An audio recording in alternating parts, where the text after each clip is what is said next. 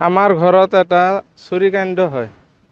এই চোৰকেইটা এতিয়া এইটো হৈছিল 20 তাৰিখ আছিল। সেই তাৰিখে চুৰিকাণ্ড হয়।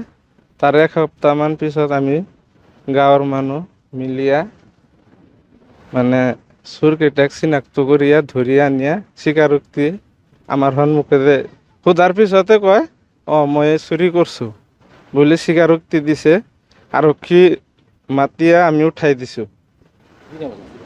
চোৰ দুজনৰ নাম আছিল ফৰহাত আলী আৰু এটা হাফিজ বুলি কয়। ইয়াৰ আৰু এটা নাম আছে ৰেজাবুল হক। আমাৰ গাঁৱতে আমাৰ এই বাটাবাৰী গাঁৱৰে। পূৰ্বতে বহুত কৰিছে, গেছ চিলিণ্ডাৰো আগত চুৰি কৰিছে বুলি শুনা পাইছোঁ। আমি হাতে লাতে মানে শুনা পাইছোঁ, পিছত সিগলা জৰিমনা দিয়া পিছত কিবা কৰি আহিছে তাহে। আমাৰ ঘৰততো সোণৰ অলংকাৰ আছিল, সেইগিলা লৈছে আৰু কেছ টকা 1.5 লাখ মান আছিল, সেইটা লৈছে। আমি চোৰ কেইটা যদি এতিয়া আৰক্ষীৰ হাতত ধৰা পৰিছে, ইয়াৰ উচিত তদন্ত আৰু শাস্তি আমি চাম।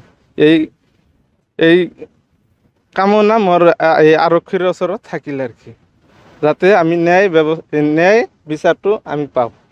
এতিয়া শুনা পাওঁ যে তাত 1.5 লাখ টাকা আছিল, সেইটো লৈছে।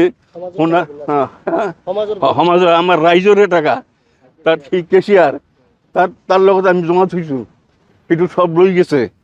আৰু সোণৰ গহনাত 2খন চেইন, এখন চেইনৰ দাম 1.5 লাখ দুটা চেইন লৈছে। এনেকুৱা অত্যাচাৰ কৰি আছে।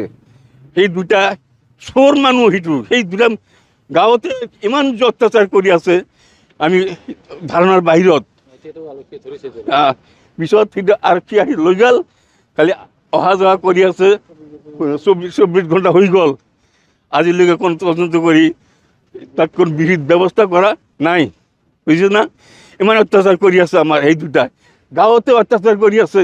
সেই দুটা মানুহ নহ'লে আমি শান্তিতে বসবাস কৰি থাকিলেহেঁতেন, বুজি পাইছে না।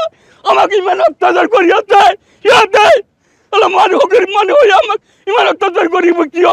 সেই কামানি কৰি খাব নোৱাৰে, আমাৰো কামানি কৰি সি লৈ খাব। এতিয়া আৰক্ষী আনে আৰু ন্যায় আনোৱাৰে ন্যায় একো কৰা নাই। ব্যৱস্থা উচিত শাস্তি তেওঁক দিব লাগে। আমি পাগল হৈ যাম তাৰ কাৰণে। সেই যাতে আমাৰ ইয়াত গাঁৱতে থাকিব নোৱাৰে, এইটো কৈ নাথাকে। আমি বিধ্বস্ত আৰক্ষীৰ ওচৰত যাব লাগে। আমাৰ এইটোৱে আমাৰ কথা, আৰু কি ক'ম। যিকোনো খবৰৰ বাবে যোগাযোগ কৰক 7099017330 লগতে 7099017110 নম্বৰত।